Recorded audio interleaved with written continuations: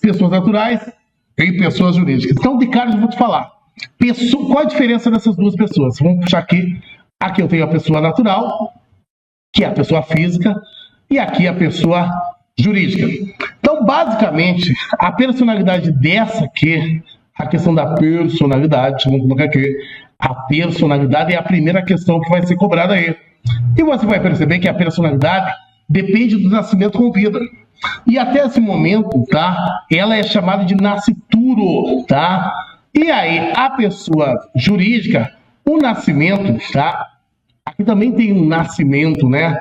O nascimento. Onde é que nasce uma pessoa jurídica? E aí eu respondo, ela porque com o registro dos seus estatutos. O registro dos seus estatutos, né? Aonde? No órgão próprio, tá? Depois aprovado a requisição quando for o caso. Então, em alguns casos depende de requisição, tá? Para levar alvará, enfim. E aí a pessoa jurídica considera que ela está tendo existência, né? E a personalidade da pessoa física, tá? Ela tem que nascer, depende dela nascer com vida, tá? Agora, até esse momento, ela é chamada de quê? De nascituro. Então, os direitos inerentes à personalidade são guardados. É o que vai dizer a lei. Quando você pega aqui, já no início, tá? Ele começa falando da capacidade. Ele fala, toda pessoa é capaz, em direitos e deveres na ordem civil. Então, ele está dizendo o seguinte, que qualquer pessoa é capaz. Mas veja, você vai perceber que aqui na frente, tá? No artigo 3º, quando ele abordar o artigo 3º, você repara que no 3º, ele vai dizer, tá? Ele vai trazer que se você tiver menos de 16, você é absolutamente incapaz, tá? Então, apesar de falar aqui, tá? Apesar de falar aqui que toda pessoa é capaz, ele coloca uma situação de absolutamente incapaz ao menor de 16 anos. E ele coloca no artigo 4º uma situação de relativamente capaz. Então, o que eu quero que você entenda com isso? Ao colocar a situação de relativamente capaz, ele vai esmiuçar, e aí ele coloca as situações que ele quer tipo como se fosse um rol, ou seja, ele vai colocar, por exemplo, se você tiver mais de 16 e menos de 18, você é relativamente capaz. Veja, pessoal, é para certos atos, alguns atos você não pode fazer sozinho, mas a grande maioria você já consegue, tá? Então, o que mais? Vai colocar aqui, por exemplo, o ébrio. Quem é o ébrio? Você vai ver que é aquela pessoa, né, que bebe de forma contumaz, tá? Os toxicômanos, né? Os viciados em tóxicos, ele também coloca aqui. Quem mais que ele coloca nessa brincadeira aqui? Ele coloca, então, também aquele que não pode exprimir. Não pode exprimir. Não pode exprimir. E aí, senhores, tem a pegadinha. Ele fala que não pode exprimir a sua vontade por causa temporária ou permanente. Por uma causa temporária ou permanente. Vai ver lá os que não possam exprimir. E ele coloca, o mais importante é isso, tá? Eu vou puxar para cá, ó, de forma temporária, tá? Uma pessoa que está em coma, por exemplo, de forma temporária ou permanente. E aí, esse permanente é que é o problema. Por quê? Porque aí você vê que o permanente dele aqui, no seu entender, por que ele não é absolutamente incapaz? Ok? Tem mais alguém que vai colocar nessa brincadeira? Vai colocar o pródigo. E quem seria o pródigo? O pródigo, senhoras, é aquela pessoa, tá, que tem a prodigilidade.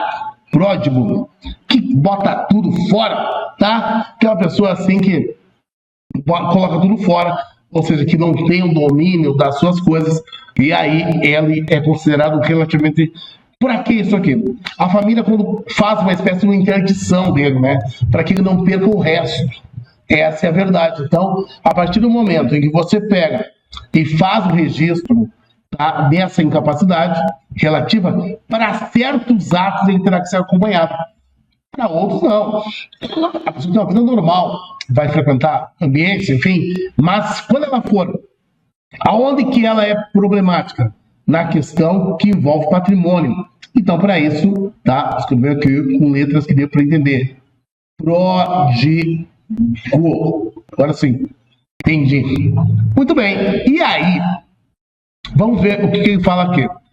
A personalidade civil começa com o nascimento, com vida, tá? Então, veja, isso é a teoria o quê? É a teoria natalista, né? O Brasil tem a teoria natalista. Existe a teoria concepcionista, que é americana, que diz que a vida existe desde a concepção. O Brasil não ignora isso, tá? Porque o que diz aqui? Que ele começa com o nascimento com vida. Mas tu vê que a lei põe a salvo, tá escrito aqui, ó, a lei põe a salvo todos os direitos inerentes à capacidade, ou seja, à personalidade, até que ele nasce com vida. Então, na verdade, os direitos que ele teria, tá, ele mantém até o nascimento com vida. Tá? Já a pessoa jurídica, já expliquei antes, ela depende do quê? Do registro dos seus estatutos. Então, do registro dos seus estatutos. Está lá no artigo 45 desse código aqui. Muito bem, agora vamos à frente. A personalidade, tá, da pessoa tem as correntes. Então, aqui está a corrente natalícia, para você ler. Tá? Já falei aqui. A concepcionista, ou seja, a partir da concepção, já possui, ele já passa de personalidade jurídica. Então, para a concepção, para a teoria concepcionista, a personalidade começa já desde o momento que ele teve uma vida viável, né? Lá da vida embrionária ainda. Já para a natalícia, que é brasileira, ele tem uma mera expectativa, tá? Depende dele nascer com vida. E aí, ele pode, então, ser capaz em direitos e obrigações. E aí, toda a questão jurídica que envolve isso. Alguns direitos de nascituro interessantes aqui eu coloquei para vocês. Olha só. A questão mesmo antes de nascer, os alimentos gravídicos. O que é isso? No caso, você pode o quê? Pedir, a mãe pode pedir, se o juiz decretar, que sejam prestados alimentos gravídicos, ou seja, a grávida, tá? Se está provado que é verídico a alegação de que é daquele pai, então o juiz pode, ela pode requerer, o juiz conceder os chamados alimentos gravídicos, que é um direito, tá, inerente a essa situação. E aí, desde o pré-natal, que mais? Pode receber herança, doação, enfim, tá? São os direitos inerentes, tá? É só para a gente fazer aqui uma constatação. Como eu falei para vocês, o artigo 3, ele vai dizer que os menores de 16, eles são absolutamente incapazes, tá? E coloca no artigo 4, os que são relativamente capazes. Como assim? Aqueles que, para alguns atos, ou a forma como eles exercem esses atos, eles precisam de assistência ou de curador, ou vai depender da situação em si. E aí coloca os maiores de 16, e menores de 18. Veja que essa pessoa aqui, por exemplo, essa pessoa já exerce o direito do voto. Hoje, essa pessoa vota e ela não precisa do pai para escolher por ela, não. Para esse ato, ela não precisa. Então, é relativo a certos atos que ela vai estar impedida aqui. Os ébrios habituais, como assim? Aquelas pessoas que bebem demasiadamente todo santo dia, tá? Os viciados em toxicômanos, né? Aqueles que por uma causa transitória ou uma causa permanente, como assim? Veja, imagina que você está em coma. Imagina que você está em coma, tá? Você está em coma, tá? O coma é uma causa transitória, tá? E aí, você pode ter uma outra, ainda que fosse permanente. A permanente acho que é até mais difícil de entender, mas ele não pode exprimir a sua vontade. A grande sacada é isso aqui, ó. Ele não pode saber, ele não pode falar o que ele quer. Então, ele está relativamente incapaz, tá? Naquele período ali, ok? Pródigos. O pródigo é aquele camarada que põe tudo fora e tem questões patrimoniais que envolvem essa situação. Então você faz você inscreve ele como pródigo para que ele se preserve e não perca, vá para a miséria. Esse é o fundamento também de uma família. Só faz isso família que tem grana, né? Pobre, quebrado, não faz isso. E aí agora um quadrinho para você ver. Antes disso, como é que fica a questão dos indígenas? Deixei registrado aqui. Os indígenas têm uma legislação especial, né? Tanto para a questão previdenciária, que eles também são considerados segurados especiais perante a Previdência, e para a questão também aqui do Código Civil, eles não estão aqui, tá? Da mesma forma que quando você estudou no penal, ou seja, embora a gente usasse o princípio da territorialidade, nem todo crime é regido pelo Código de Processo Penal. Você viu que quando a gente olha os crimes militares, eleitorais, os que têm prerrogativa de função, tribunal do júri, tá? Os crimes de imprensa, nada disso está inscrito, está detalhado em um procedimento descrito pelo Código de Processo Penal, que tem o seu rito próprio, ok? Então aqui também, tá? Os indígenas não se encaixam dentro dessa questão da capacidade prevista aqui no Código Penal, até porque em função da idade deles, se você for colocar as mesmas regras para o indígena, o que a gente vê aqui, por exemplo, crianças perambulando, não estão na escola, e aí a autoridade tem que fazer uma vista grossa, né? Você vai lá no polo, leva umas quantas embora, tá? Mas inventa deixar teu filho se estudar, tá? Olha só, então é absolutamente incapaz. Os menores de 16 são relativamente capazes. Olha só, os maiores de 16 menos de 18, os ébrios habituais, tá? Viciados em tóxicos. Largou a bebida, Joyce? Não, já largou a bebida? Não está mais se encaixando aqui nos ébrios habituais? E nos viciados em tóxicos? Também não? Tá bom. Aqueles que por uma causa transitória ou permanente não puderem exprimir a sua vontade. Interessante isso aqui. Bem interessante. Verdade. Tá bom. Olha só, meu gurizinho também. Nossa. Toma água como ninguém. Chega a dar um desespero de ver o quanto que é certinho. Vamos lá. Olha só. A capacidade, ela é total a partir dos 18. Então, a menoridade também cessa aos 18 anos completos. Então, a menoridade cessa aos 18 anos completos. E aí você pode praticar todos os atos da tua vida civil. Agora, é claro que você pode cessar antes dos 18, antes dos 18, a partir dos 16, antes dos 18, a partir dos 16, através do Instituto da Emancipação. Então, veja, o que ele está falando aqui é da emancipação.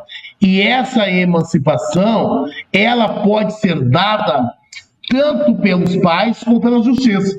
Então, quando os pais de forma voluntária quiserem fazer, não depende de ordem judicial. Basta, olha só, não precisa de homologação judicial, basta ir no cartório, tá, com um menino de 16 anos e dar-lhe a ele a sua emancipação, ok? Agora, digamos que não seja esse o caso, você não queira dar. Aí, nesse caso, depende do juiz, tá? E aí ele pode ser, por exemplo, tá, um tutor dele, mesmo contra os pais, e aí depende do sentença judicial. Então fica bem claro isso aqui. Se for somente os pais, tá? Somente os pais, ou o que sobrou, se só tem um é falecido, pode fazer a emancipação. E a partir daí, ele pode... Vamos lá, olha só. Então a emancipação, voltando para nós aqui, tá? A emancipação... Deixa eu só ver se está tudo certo, a transmissão. Sim, tudo certinho. Olha só. A emancipação, então, voluntária é a dos pais, tá? É a dos pais. Agora, o casamento, o emprego efetivo em cargo público e a colação de grau, São 3 que é pela lei. Então, pode ver que vai dizer, o casamento é uma emancipação legal, o cargo efetivo público é legal, e aí é o seguinte, senhores, entendam uma coisa. Se você for estagiário, o estagiário, aqui, ó, o estagiário, nossa, mas hoje tá danado. Só um pouquinho. O estagiário, nossa, se isso é minha caneta que foi para conta.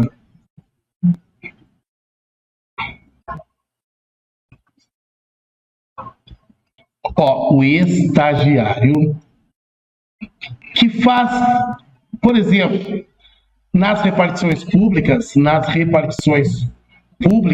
vários órgãos têm, fórum tem, o fórum, INSS, Receita, esse não, porque ele é um estagiário. Tem que ser um cargo público efetivo, tá? Precisa que seja um cargo efetivo. E a colação superior, meio difícil, né? Imagina tu com 16 anos aí, fazendo colação de grau, tem algo errado, mas para alguns casos aqui, os que têm superdotação, é algo possível, se fizer o adiantamento das matérias anteriormente. E aí tem o último, né?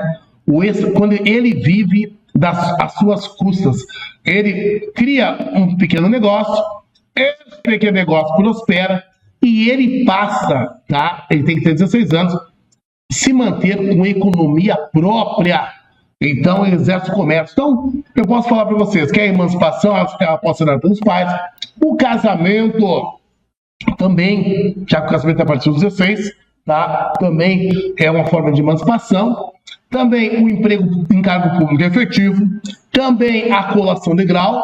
E também o estabelecimento comercial, com 16 anos em diante, tá? Desde que ele tenha economia própria, ele não precisa mais dos pais. Muito bem. Era mais fácil os pais serem dados para ele a emancipação do que ele por si só, né? Olha só,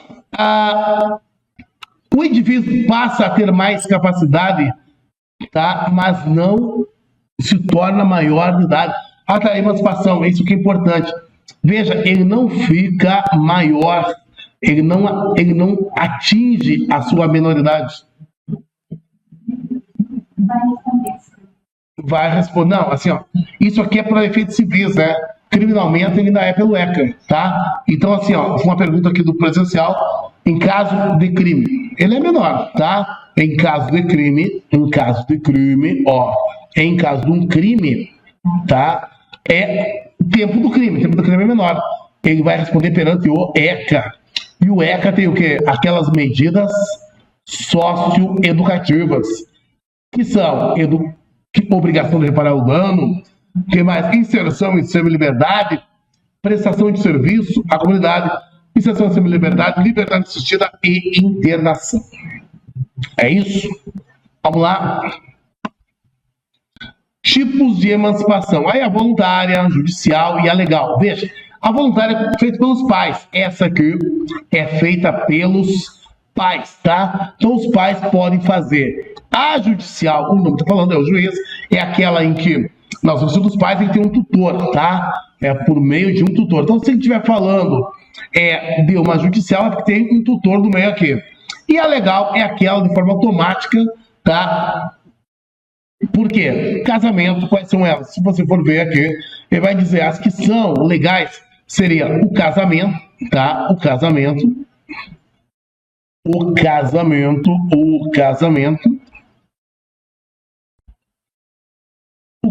é uma delas. Que mais? A colação de grau. Que mais? A colação de grau. E também o cargo efetivo. O cargo efetivo. É isso? E aí, senhores, o cargo efetivo e o empreendedor. Vou colocar aqui o empreendedor. Eu gosto de colocar nomes, que daí a gente sabe o que é. O empreendedor mirim, né? É um gurizinho aí que quer virar Antigamente eles abriam, né? Antigamente, na época do Halber, eles abriam locatura, né? E achavam que iam ser o Elon Musk das missões. Mas agora, viu que você não deu em nada. Vamos lá. Senhores, quando é que acaba, então, a existência de uma pessoa? Acaba com a morte, né? Então, a morte é o fim da personalidade. Então, veja. E aí existe a morte presumida.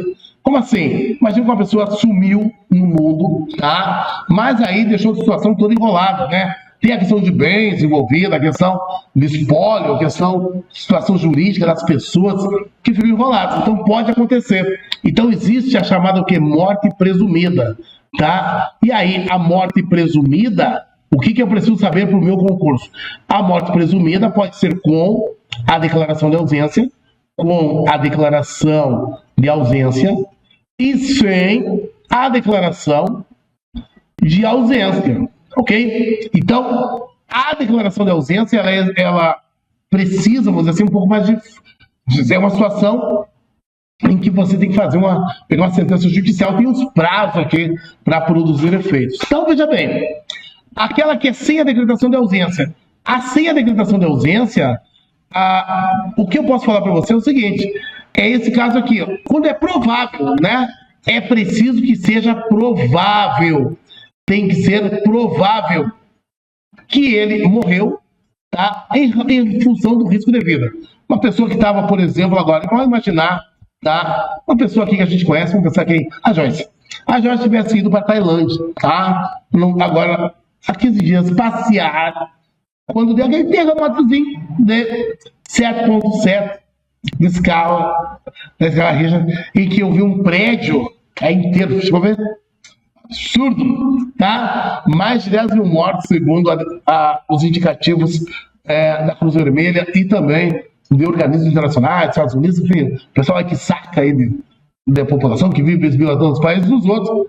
Imagina que uma mortalidade lá de 10 mil pessoas, até agora, em torno de 2 mil já confirmadas pelo pessoal lá da Ásia. Olha só, não tem? Tá, peraí que eu vou...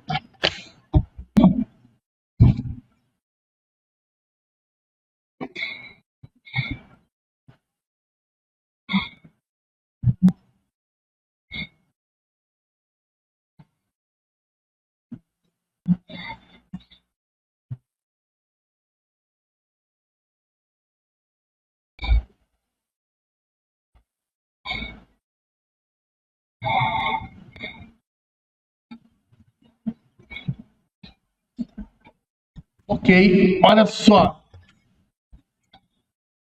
Olha só, se ele tiver desaparecido em campanha, veja, você está, por exemplo, imagina que você, tá, vou pegar outra pessoa como exemplo, a Joyce, e ela se candidatou para fazer a defesa da Ucrânia em Donetsk, tá? Resolveu lá correr uns riscos. Nesse caso, ó, se ela pegar e for para Donetsk fazer a guarda, tá? Fazer a guarda lá da, sei lá, uma barreira humana, né? Para os russos não entrarem. E caso ela, na hora de acabar a guerra, ela não voltar, duas coisas aconteceram. Ela conheceu um ucraniano ou bateu as botas. Então, na dúvida, né? O pessoal que quer aqui o K dela, que quer a escolinha, quer o salão, o prédio, aqueles bitcoins que ela tem guardado, tá em criptomoeda lá no paraíso fiscal da PIP. Esse pessoal aqui vai querer o quê? Vai querer botar a mão na bufunfa. Para isso, tá? Vamos ter que esperar até 2 anos. Olha que só que desgraça, isso vai custar passar. 2 anos de terminar a guerra. Então veja, naquele caso dos escombros, se ela tivesse ido para a Tailândia e lá tivesse sumido, com certeza, ou se ela tivesse, há um tempo atrás, visitado Mariana, eu vou visitar minhas primas lá em Mariana, ou só, Mariana, se não me engano, Brumadinho também, qualquer um dos dois. Casualmente, na época que deu aquela lama tóxica lá, que veio para cima, sumisse a mulher. Nesse caso é automático. É automático.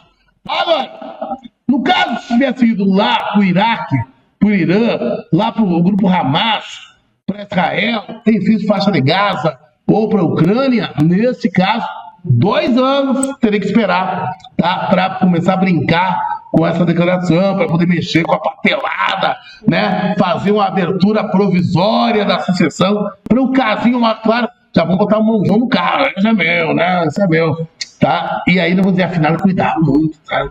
Certo. Vamos lá, então. A declaração da morte somente pode ser requerida depois de esgotadas buscas e averiguações, tá? Vão fingir que procuraram. Ó, não dá pra perder, entendeu? Morte presumida. E aí tá. Sem decretação de ausência.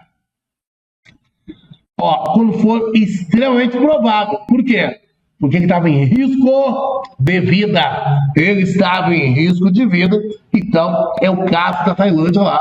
É o caso da Ásia, onde deu o epicentro daquele terremoto que deu a 10 quilômetros de profundidade. Isso é muito pouco. Por isso que ele foi muito forte. E, cara, é uma cena do terror mesmo. A gente viu aqui que acompanhou, foi muito louco. Tá? Se alguém desaparecido em campanha ou mantido prisioneiro após 2 anos de terminar a guerra. Então, os familiares para botar a mão, tá? Poder dizer, não, esse cara é meu, vão ter que pegar e esperar, tá? 2 anos depois do final da guerra. Haja paciência, tá? Isso aí. Mas as demais vão fazer o quê? Vão andar de carro, óbvio, tá? Porque vocês vão perceber que eles podem fazer o quê?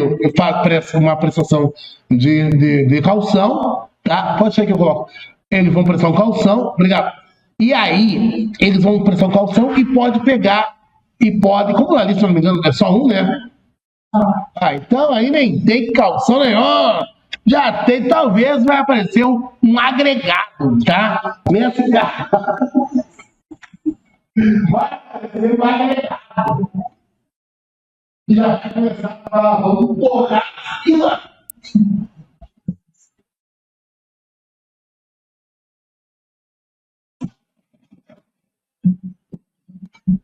Vai falar que o pessoal vai dar luz.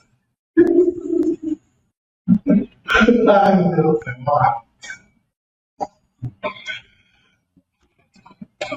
Então, agregar. Vamos lá. Ó, e aí? Toma café.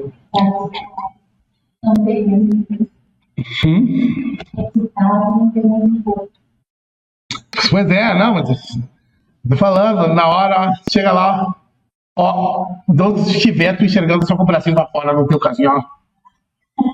Vamos lá. Agora, sem decretação de ausência, quantos casos? 2 casos, tá? 2 casos. Ó, se ele tiver em um local em que era provável que ele faleceu pelas circunstâncias, ou se ele estivesse em guerra. Nesse caso, tem que esperar acabar a guerra 2 anos, terminando a guerra, para poder fazer essa declaração de ausência dele, fazer aqui uma declaração de ausência, e aí, aliás, poder pedir a morte presumida dele. E aí abrir uma sucessão provisória. Com decretação de ausência,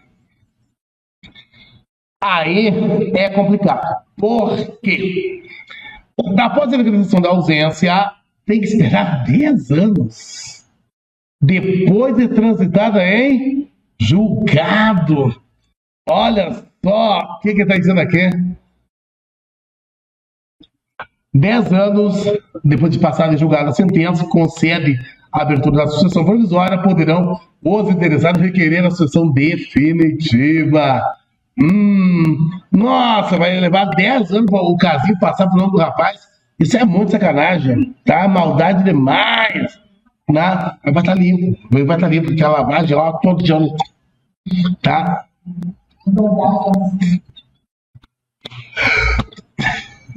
Olha só.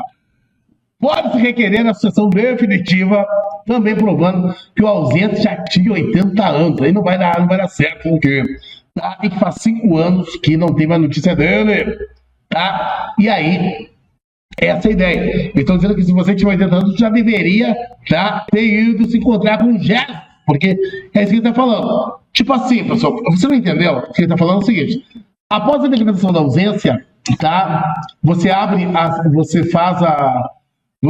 a sucessão provisória e você tem que aguardar 10 anos. Quer dizer que você não pode se desfazer. Então, sabe aquele prédio que você não vai imaginar uma situação qualquer? Você tem um prédio em frente a uma faculdade, de direito, por exemplo. E aí as pessoas querem vender o prédio, principalmente aquele agregado que vem junto no pacote, assim, tipo um efeito colateral. E aí ele quer vender para botar a mão nos pilas. 10 anos ele tem que aguardar. Claro que ele pode querer encurtar isso, mas ele tem que dizer, a falecida já tem mais de 80, não tem, não vai dar certo. Faz mais de 5 anos que ele não tem nem rastro, nem WhatsApp, nem Facebook, nada. Então, nesse caso, vão ter que esperar os 10 anos, ok? Então, tem 2 casos da morte presumida: a com e a sem decretação de ausência. A com a sem decretação de ausência primeiro, se ele tiver em um local que é provável que faleceu, e se ele tiver sido prisioneiro ou tiver em campanha após 2 anos do término da guerra. Se for com decretação de ausência, tem que esperar 10 anos da abertura da sucessão provisória para poder requerer a definitiva. 10 anos. Pode encurtar esse prazo? Pode, Você pode encurtar o prazo se você provar que ele já tinha 80 anos, faz mais de 5 anos que o rapazinho sumiu, metade do tempo então, E aí, com certeza, você conta 80 mais 5, 85, já deveria estar com 85, segundo a teoria do Código Civil. Com essa idade, se o velho levantar as mãos para cima, Deus puxa. Então, vamos deixar assim as coisas de uma vez, tá bom? Vamos lá. Olha só, agora, vamos imaginar a situação. Vamos imaginar que uma situação, aqui eu não vou colocar mãe e filha, que daí eu vou apanhar, Vamos colocar outra situação aqui. Duas pessoas, agora, por exemplo, tinha uma família toda. Eu vi uma reportagem, não sei se você viu também, Joyce, uma reportagem que uma família alugou uma van para ir para um local lá, não sei o que era, uma coisa de família, e aí a van bateu de frente com um caminhão. Morreu 9 pessoas, pelo menos, que eu vi. Veja, quando essas pessoas forem parentes, em que envolve questão sucessória um do outro, para evitar qualquer problema, se coloca que eles são comorientes, ou seja, morreram no mesmo instante. É o que está escrito aqui, Simões da tela, me dá as imagens, Olha só, ele está dizendo o seguinte, que se 2 ou mais indivíduos, eram 9, falecerem na mesma ocasião, não podendo saber quem que bateu as botas primeiro, presumir-se simultaneamente mortos. Por quê, senhores? Nesse caso aqui, é o caso de comoriência. Ocorre quando 2 ou mais pessoas com vínculos sucessórios. Por que isso aqui, pessoal? É que, para você entender aonde que está isso aqui, por exemplo, imagina, você poderá perceber que no caso da nossa heroína anterior, ela estava numa zona de guerra e tal, e aí ela sumiu. Então, o pessoal que estava aqui, principalmente o rapaz, ele queria logo botar a mão nos pila. Mas para isso, teria que matar a pessoa no papel. Então, para isso, eu não consigo te olhar. Olhando pra cá. Ele queria matar no papel. Por esse motivo, ele faz o quê? A morte presumida. E nesse caso, sem decretação de ausência. Porque não precisa, Não precisa. A outra não se encaixa. Muito nova para a segunda etapa ali. E ninguém vai esperar 10 anos, né? Tá louco, imagina? Tá louco. 10 anos para poder vender o carro, não dá para vender. A casa já podia fazer o quê? Um contrato com a Privera? Frio até sair o inventário, tudo. Isso pode fazer. Do frio, né? Vamos lá. Então a comorência é isso. Quando 2 pessoas com vínculos, Vínculos sucessórios. Para quê? Para você não poder saber quem mexeu herança para quem, Se coloca assim. Agora, isso é a comoriência. Muito bom, muito bom. Isso aqui cai tudo no prova, cai no OAB, cai nas provas em geral, cai nos concursos da área policial, cai no concurso da área civil. Então é um assunto bem recorrente aqui. Olha só, agora o artigo 9 e o artigo 10 são antagônicos, né? O 9, eu vou escrever aí, aqui é tudo aquilo que vai em registro. Aquilo que vai em registro. E o 10 é tudo aquilo que vai em averbação. Então, como assim? Por exemplo, quando você nasce, os nascimentos, é claro que você vai fazer o registro. Então, por exemplo, nasceu a criança, automaticamente você vai no cartório e registra. Nasceu o Pidiguilo. Aí tu vai fazer o quê? Vai registrar ele aqui. Se ele bater as botas, morreu. Morreu o Pidiguilo. É registro também. Tá? Não é averbar a morte dele. Você vai fazer o registro. E no meio tempo, se ele casou, então essas três coisas